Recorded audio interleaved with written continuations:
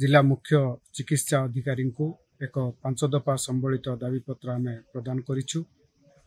जोटा कि आम नजर को आसी जे रायगड़ा मुख्य चिकित्सालय रे सबु बेले रक्तर अभाव रही। रायगड़ा जेहेतु गोटे आदिवासी अध्युषित अंचल एठारे समस्ते अशिक्षित एवं जो आदिवासी भाई भौणी मान रही जो ग्रामांचल रे से माने कौनसी रोग विषय रे बा रक्त संबंधी सचेतनता से माने पाई पारु नाहंती।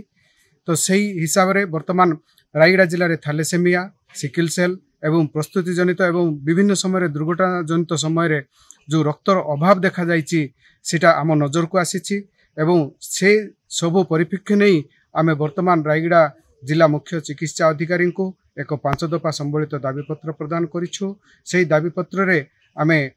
रायगड़ा जो रक्त भंडार अच्छी सेठी 24 घंटा से रक्त भंडार खोला रहिबो एवं सेठारे आवश्यक कर्मचारी भी रहिबे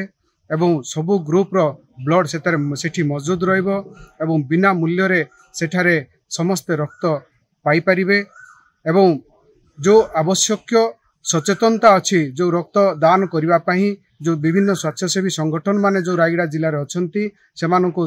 प्रोत्साहन करिवे एवं सचेतन करिवे जे किभली भाबे समस्ते रक्तदान करिवे। ए जो रक्त जनित समस्या अच्छी ताको किभली भाबे दूरीकरण करा जिवो एवं सेही समस्या को दूरीकरण करिके रक्तर अभाव को जेंति एठी मेंटेई दिया जाय परिबो से नहीं रायगड़ा जिला विकास मंच आज जिला मुख्य चिकित्सा अधिकारी को आम दाबीपत्र प्रदान करिछु एवं आशा करुछु जिला मुख्य चिकित्सा अधिकारी आम दाबीपत्र को गुरुत्व नहीं से समस्यार समाधान करिबा हेबे।